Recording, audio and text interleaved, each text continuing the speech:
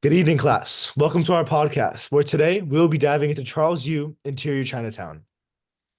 This novel, unique in its screenplay format, explores deep themes of identity and representation.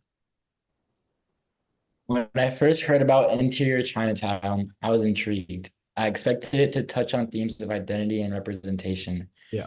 but I didn't anticipate how much it would focus on the world of acting.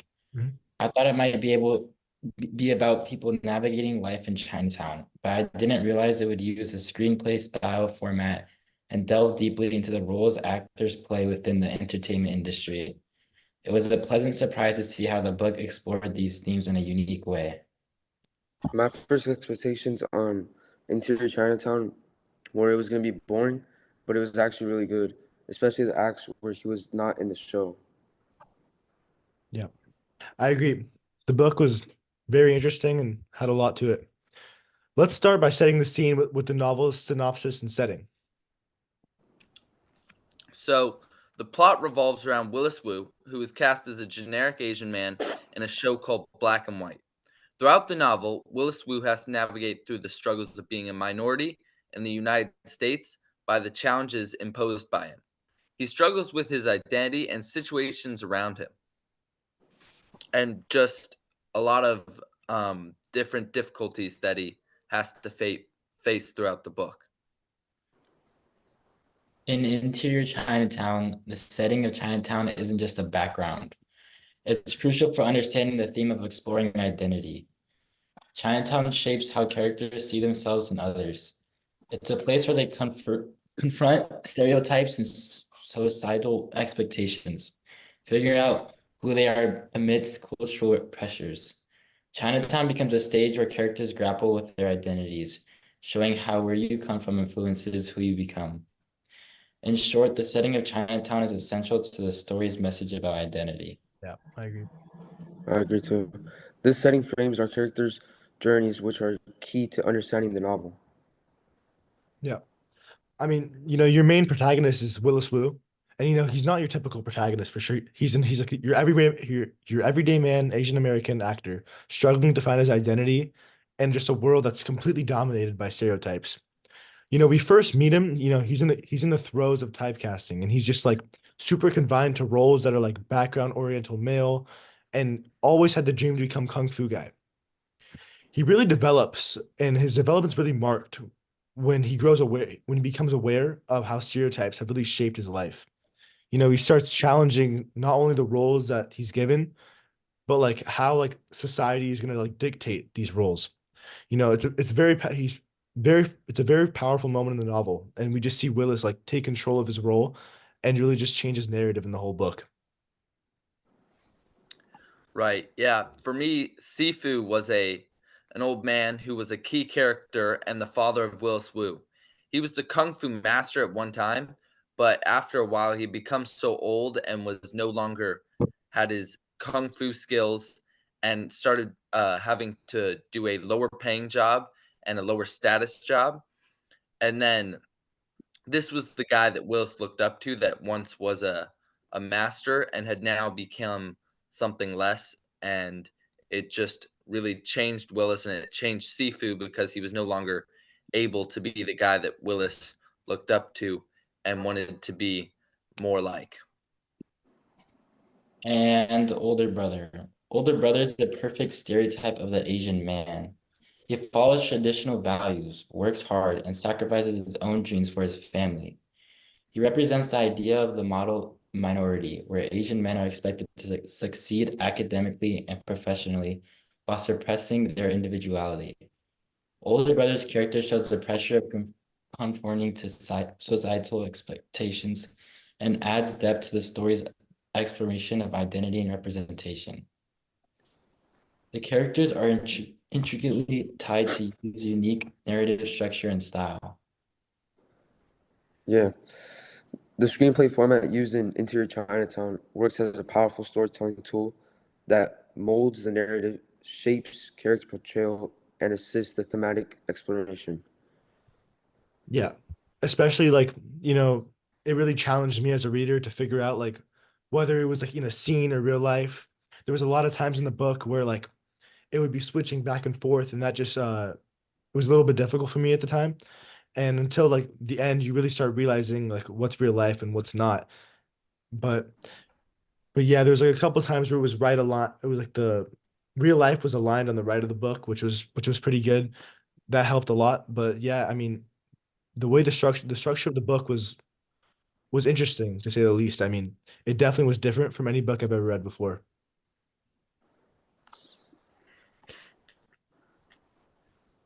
Yeah. Sure. This innovative structure leads us into the rich themes that you explores. The theme of identity by depicting how individuals, particularly within the Asian American community, grapple with societal expectations and stereotypes. Characters like Willis Wu struggle with the roles assigned to them, aiming to break free and assert their agency. The novel critiques cultural norms and the impacts of media stereotypes, inviting readers to reflect on their own perceptions. Though its unique format and character-driven narratives, Interior Chinatown prompts us to reconsider the complexities of identity in contemporary society. Yeah, like when, what's his name?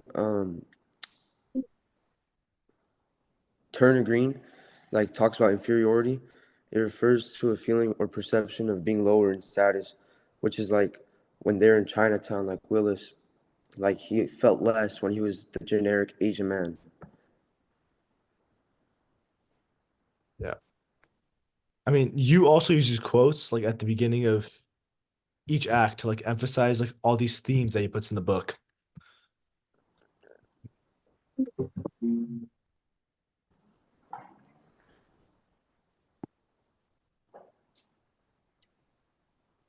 Yeah. Built with an architect. So one of the quotes that I chose to analyze was built with an architect, a set designer, and a construction superintendent from the Paramount a lot. It featured rickshaw rides from tourists and numerous curio stalls that employed Chinese merchants in costume. The Chinese had to dress differently than they normally dressed to look Chinese to the Americans. This shows just how stereotypical that was. Instead of being the Chinese that they were and just wearing what they normally would, they had to dress differently to fit the stereotype and the picture of what America sees China as instead of what it actually is. And this was a huge problem, and it portrayed and foreshadowed what would happen in um, the rest of the chapter. Another quote uh, was a performer may be taken in by his own act, convinced at the moment that the impression of reality which he fosters is the one and only reality. In such cases, we have a sense in which the performer comes to be his own audience. He comes to be the performer and the observer of the same show. The quote from Act Two shows how characters like Willis Wu get caught up in the roles they play, blurring the lines between reality and performance. It shows how they become both the actor and the audience of their own lives, trapped in the personas they adopt. Yeah, these quotes are part of Charles's masterful author's craft, which we'll now explore. Yeah. Used language has tons of like I mean, sorry, has tons of humor and irony, and like especially like when he's describing the stereotypical roles assigned to Asian actors, he uses like the humoristic tone when it's like highly effective, talking about like the absurdity and like how injustice these roles are and these stereotypes. It really engages the reader, and especially like gives you like a deeper reflection on like how serious these issues are. Yeah, Yu doesn't use like overly complex like words. He like uses clarity and directness in his writing, which makes the themes and the messages like a lot more applicable and like impactful. You can really relate to them a lot easier. So another of the literary devices that Yu uses is that he uses symbolism and metaphors to get the big idea and the main thought across to the people. So he doesn't need to get to the small details, but just when he like does a fantasy thing or something, it's shown to like see how he wants to be represented or what they represent as and not like what it actually is. So one of the times was when he was with Phoebe and he did the whole show. We don't actually know if the whole show was an actual thing. It could have been, but we know that the castle that he went to, which was completely fake and it was all fantasy because it was floating in the air and it was actually just the closet. And so he uses all this symbolism and metaphors to just show us like how he imagined it or what Phoebe imagined and the ways that it was represented. I agree. Yeah, for sure. Yu's writing style not only tells a story, but also resonates with us on a personal level. Mhm. I found the book really interesting and creative. The way Charles Yu used the screenplay format to talk about identity and stereotypes was cool. Sometimes the story was a bit tricky to follow because of the format, but I still enjoyed it. It made me think a lot about how we see ourselves and others. Overall, I thought the book was thought-provoking and left a lasting impression on me. Our Yeah, personal experiences highlight the novel's impact and its importance in literature. yeah, for sure. I think the book was really creative.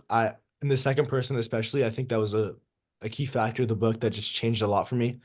And especially, speaking to you, it also kind of confused me a little bit, especially like in the court reference. It was just like you were the person in the court, and that just like really, it was a little bit confusing, but also kept me really engaged trying to figure out, you know, who was the missing person. Like it was just a little bit everywhere.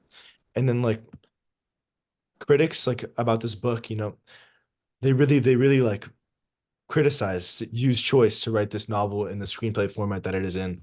It's really the unconventional approach was praised for effectively highlighting like all the constraints of the roles played by Asian Americans in Hollywood, but the format also enhances the book's themes by like immersing the readers in like the actual you're in the world of the film and television. Yeah.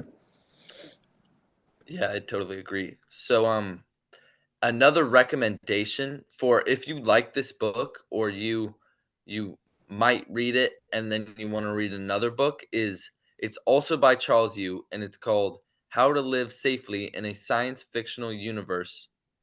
So it's about a father and son relationship and finding yourself. So if you like really connected with the idea that you were finding yourself in like that Charles or Willis Wu was trying to find himself in the book and struggled with like figuring out who he was and all that stuff, then you could definitely like this book and I definitely recommend it for you.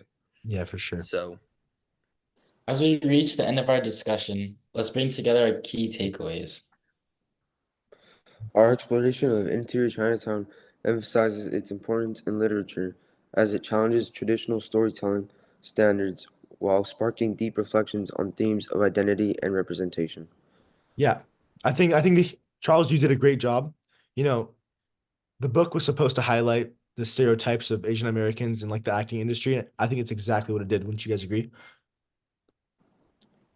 Yeah, yes, I would definitely agree. I thought it did.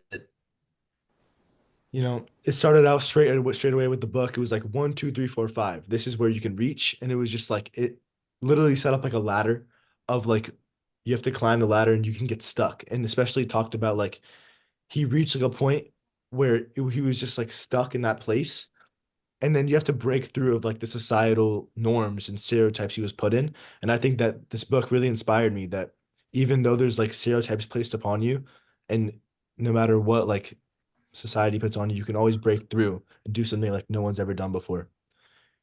You know, I agree. Yeah, I thank you guys agree. for listening. We hope Yeah. this podcast has deepened you guys' understanding and appreciation of interior Chinatown. Thank you.